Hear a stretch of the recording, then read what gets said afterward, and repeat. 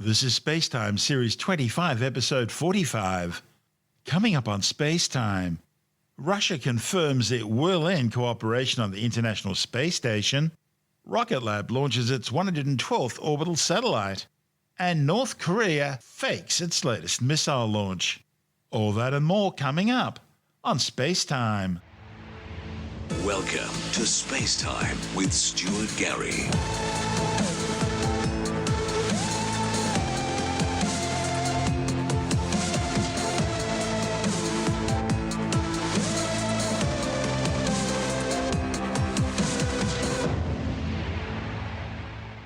The Russian Federal Space Agency Roscosmos is now briefing Moscow on its plans to terminate cooperation with Western partners on the International Space Station. Roscosmos chief Dmitry Rogozin says he's now developed a timeline for ending space station cooperation with the American, Canadian, European and Japanese space agencies. The problem is, no one's really sure exactly what that means. The move comes in the wake of ongoing sanctions against Russia over its invasion of Ukraine and growing evidence of war crimes by Russian troops. Rogozin, who was appointed Roscosmos chief by Vladimir Putin, says he supports the invasion of Ukraine. He says Russia and the West could only have space cooperation after all sanctions against Moscow are unconditionally lifted. But exactly how Rogozin intends to end cooperation aboard the ISS is still unclear, as it takes a joint effort, both in space and on the ground, to keep the orbiting outpost flying. There are currently 7 crew on station, 3 Russian cosmonauts, 3 American astronauts, and 1 German-born European Space Agency astronaut. Having Russian crews leave the space station would simply see those roles taken over by the remaining crew members. Russian ground tracking and mission control functions can be taken over by the other Western partners, as could the additional supply runs to the space station currently undertaken by Progress cargo ships. Both SpaceX and Cygnus's operators have already offered to take up those runs, and a third company, Sierra Nevada, is already preparing to have their Dream Chaser spaceplane begin flights to the space station carrying cargo later this year. NASA's Administrator Bill Nelson says the American Space Agency will continue to cooperate with Russia to ensure continued safe operation of the International Space Station. Meanwhile, the European Space Agency's chief executive Josef Aschenbacher says he would forward Moscow's call for the lifting of sanctions on the Russian space industry to the European Space Agency's member states, as these matters fall under their responsibility. In response, Roscosmos lashed out at Aschenbacher, saying that while the 28 state member bureaucracies were dealing with the issue, the International Space Station would die its natural death. This is SpaceTime. Still to come, Rocket Lab launches its 112th orbital satellite, and it's been revealed that North Korea has faked its latest missile launch. All that and more still to come on SpaceTime.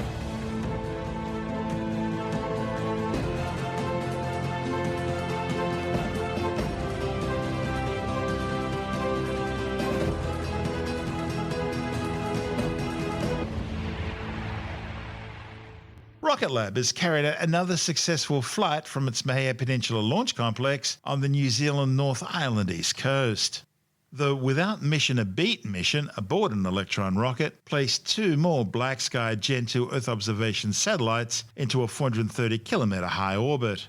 The flight was Electron's 25th launch and brings to 112 the number of satellites now deployed by the rocket. Without Mission a Beat will launch on a southeastern trajectory from Launch Complex 1 on the Mahia Peninsula. With this mission today, there will be a total of 3 deployments. You might recognise this sequence from our 2 previous back-to-back missions, Love at First Insight and A Data with Destiny, both of which used a modified kick stage to fit the 2 Black Sky satellites within Electron's fairing. The Black Sky satellite that sits on top of the top hat structure will deploy first, followed by the structure itself, and then the second Black Sky satellite will be released. This process will only take a couple of minutes to complete and will begin at around the T plus 53 minute mark. Today's launch will deploy the 5th and 6th satellites that we've carried to space for Black Sky in the past 5 months. These satellites will join Black Sky's current constellation of 13 small sats, eventually expanding to over 60, which are used to provide on-demand, real-time Earth observation data and satellite imagery. We're now coming up on the final go, no-go poll by our launch director to determine whether to proceed with the final minutes in the countdown. countdown. In this poll, each of our operators will check in from their stations to confirm their relevant Electron systems are operating as they should. All operators, this is the LD on mission, proceeding with the go, no-go sequence. Stage,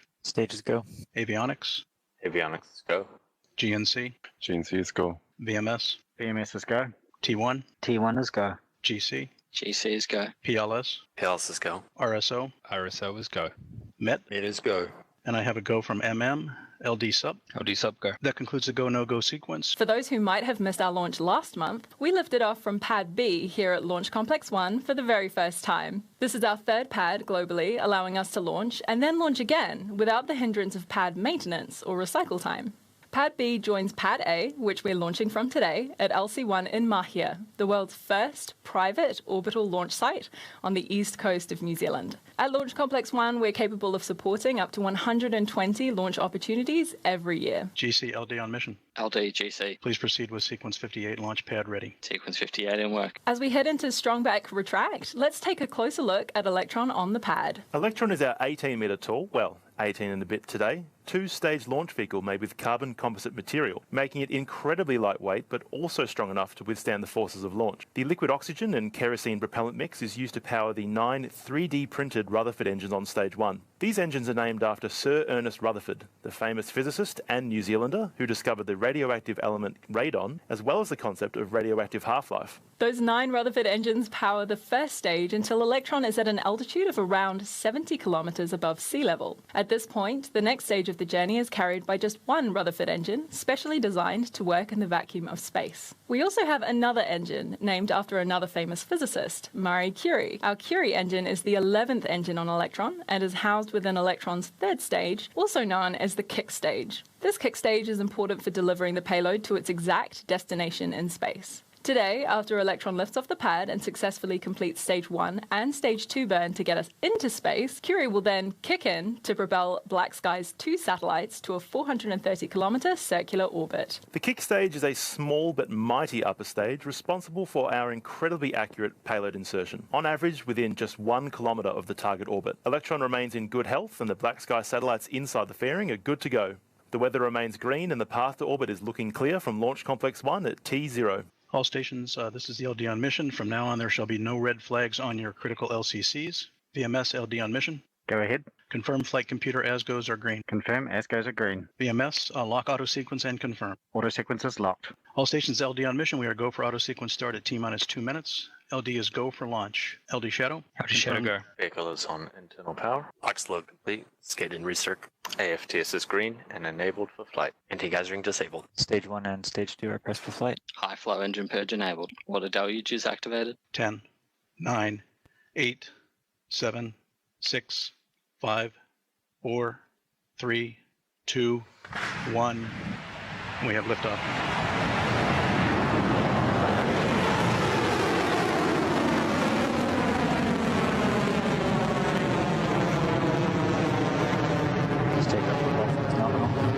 HV battery discharge is nominal. And there we have it. Our 25th Electron launch vehicle is off the pad for this mission and progressing well on its way to low Earth orbit. Soon the vehicle will approach the point in its journey when it experiences the most amount of stress, maximum aerodynamic pressure, which is known as max Q. But we have word from Mission Control that we can confirm that Electron has successfully passed through max Q and is continuing on its southeastern trajectory off the coast of New Zealand.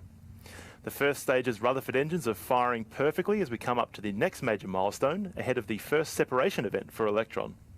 AOS Chatham Station. We're approaching main engine cutoff, or MECO. This is when Electron throttles down just a bit before shutting off those 9 Rutherford engines on Stage 1 we mentioned earlier. This reduction in thrust allows for a clean separation of the first and second stages before the singular Rutherford engine on the second stage fires up and takes the satellites the rest of the way into orbit. MECO confirmed. Stage separation confirmed. Stage 2 ignition. There we go. We have confirmed a successful transition from the first to second stages of Electron's flight, with MECO, stage separation and second stage ignition all nominal. The protective shell at the top of Electron, known as the payload fairing, protects the satellites as the vehicle launches through Earth's atmosphere. Since we've now cleared the lower atmosphere, those satellites don't need that protection anymore. In fact, we need to jettison that protective shell separation so we can confirmed. safely deploy the satellites to low Earth orbit. Bottom holding nominal. There goes the payload fairing. Black Sky's satellites are now exposed to space, no longer needing this shell to protect them, as Electron has already punched through Earth's atmosphere to take them to their orbital destination. We've got a short time gap now between this latest event and the next one coming up for Electron's second stage, which involves swapping out the batteries that power the second stage Rutherford engine. The mission is continuing nominally as we approach that next milestone, with the second stage traveling at nearly 9,000 kilometers an hour at an altitude of 139 kilometers. The mission brings Black Sky's real-time geospatial intelligence gathering satellite constellation to 14. The satellites have one of the highest hourly revisit rates in the world, combined with the Spectre A1 platform's artificial intelligence to provide monitoring and automated detection of fast-changing information. The launch took place just weeks after Rocket Lab commissioned its second launch pad at the Mahia Peninsula launch complex. The company's also recently announced plans to construct a new, larger second-generation rocket called Neutron, which will be built at a new Rocket Lab factory at the Wallops Island Flight Facilities Complex on the Virginia mid-Atlantic coast, which is also home to Rocket Lab's new US launch pad. Having a launch pad in the United States and now two in New Zealand gives Rocket Lab incredible flexibility. Peter Beck is the company's CEO. What we're doing here with Pad B is essentially doubling our launch capacity. The ability to launch and our launch cadence is essentially doubled by having an additional pad. Launch Complex 1 is like no other launch site in the world. We literally started on a green field here in Mahia Peninsula, built one little pad and a small integration facility, and now we have two pads, a number of clean rooms, making a world-class launch facility. We created a launch complex that was capable of launching once every 72 hours to a range of inclinations, right from mid-inclination, about 30 degrees, all the way to sun-synchronous orbit, all from Launch Complex 1. For us, it's really important to have launch pads in both hemispheres of the planet. So we have two launch pads in the southern hemisphere, one launch pad in the northern hemisphere. For our government customers, it's really great to be able to have that flexibility and that access where they don't have to leave US soil to launch out of LC2. And for our commercial customers and some of our government customers, they have the flexibility to choose which pad they want to go out and which pad suits their schedule the best. Right now we've got one customer that's ready to go on this pad and another customer that's processing and getting ready to go on that pad. So with Pad B, we took a lot of the design from our original Pad A and made some small improvements to make our operation that much more efficient. We use the same integration facility, the same rocket runway, with our final infrastructure all placed in a concrete pad no more bigger than a tennis court. LC1 really is the latest state-of-the-art launch facility. We had this real luxury from day one saying, okay, blank sheet, how are we going to build a launch pad to really be the 21st century launch pad? So a launch range is much more than just a couple of pads. Out at LC1 here, you see multiple clean rooms that enable us to process multiple customers at one time. Up the top of the road there, we have range control, where we are in charge of the entire range. We don't rely on any government range, any government assets, AFTS systems, tracking dishes, everything. It's all owned and controlled by Rocket Lab. Having Pad B really means we can eliminate pad recycle time, which enables us to just do launch after launch and just pace them one after the other. With two launch pads, we have doubled our capacity and reached ultimate launch flexibility. This means when a customer needs us, we've got a pad ready. From LC1, we've flown over 100 satellites to date, all supporting everything from climate science through to international logistics, maritime surveillance, and soon we look forward to launching to the moon and beyond. This is SpaceTime. Still to come, news that North Korea's faked its latest missile launch, and later in the science report, news of another mass bleaching event on the Great Barrier Reef. All that and more still to come on SpaceTime.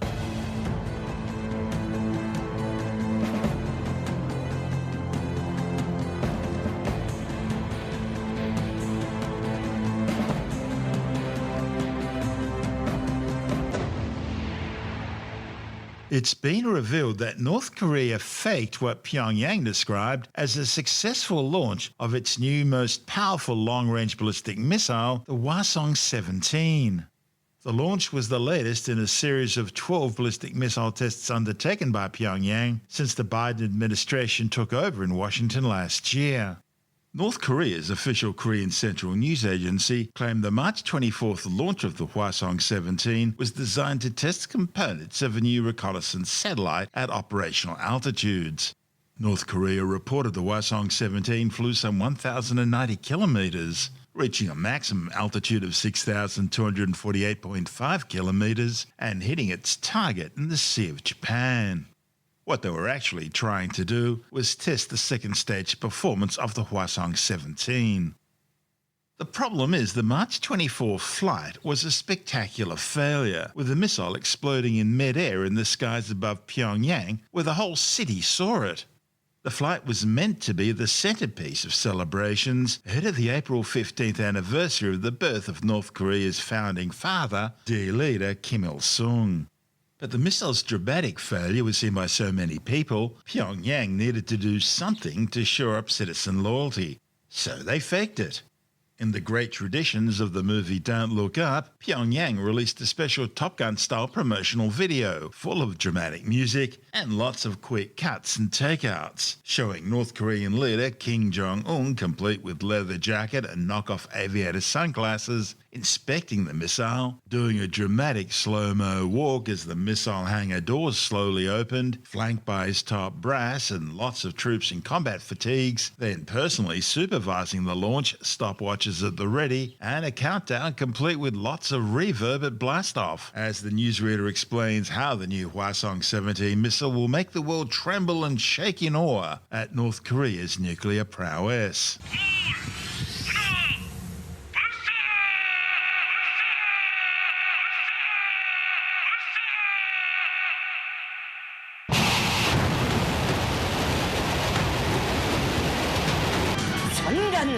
천지를 태운다는 요란한 허금과 함께 눈부신 화강이 지면을 불덩이같이 닳으며 인민의 자주를 걷고 쳐오르고 있습니다.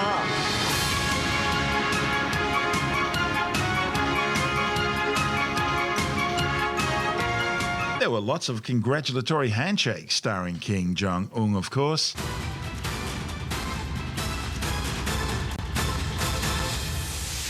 Lots of pats on the back, again that's Kim Jong-un in the centre, and of course the obligatory group photos with the men, again that's Kim Jong-un in the middle.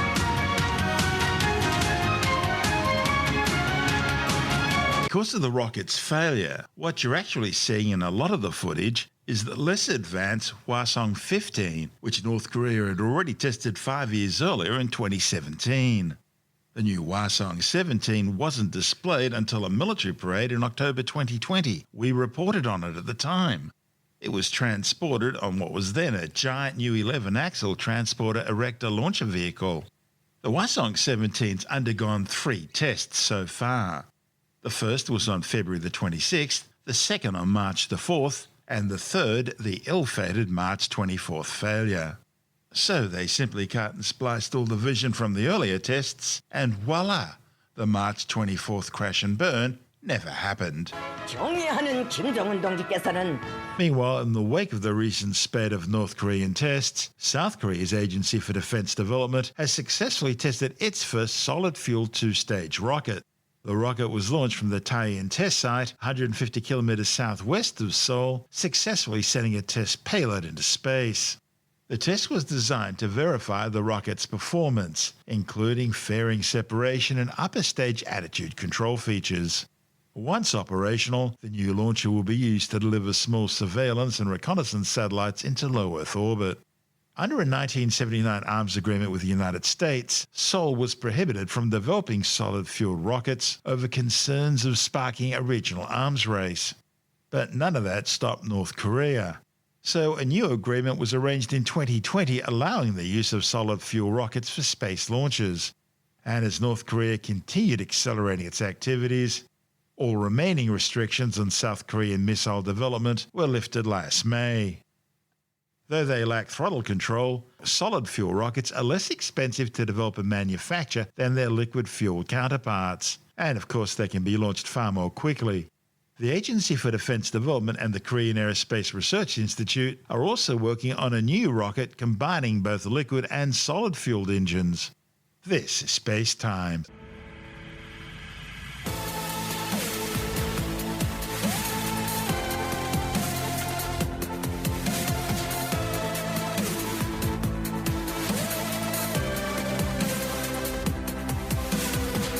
that's the show for now. SpaceTime is available every Monday, Wednesday and Friday through Apple Podcasts, iTunes, Stitcher, Google Podcast, Pocket Casts, Spotify, Acast, Amazon Music, Bytes.com, SoundCloud, YouTube, your favorite podcast download provider, and from spacetimewithstuartgary.com. SpaceTime's also broadcast through the National Science Foundation on Science Zone Radio and on both iHeartRadio and TuneIn Radio. And you can help to support our show by visiting the SpaceTime store for a range of promotional merchandising goodies, or by becoming a SpaceTime patron, which gives you access to triple-episode commercial-free versions of the show, as well as lots of bonus audio content which doesn't go to air, access to our exclusive Facebook group, and other rewards. Just go to spacetimewithstuartgary.com for full details. And if you want more SpaceTime, please check out our blog, where you'll find all the stuff we couldn't fit in the show, as well as heaps of images, news stories, loads of videos, and things on the web I find interesting or amusing. Just go to spacetimewithstuartgary.tumblr.com. That's all one word, and that's Tumblr without the E.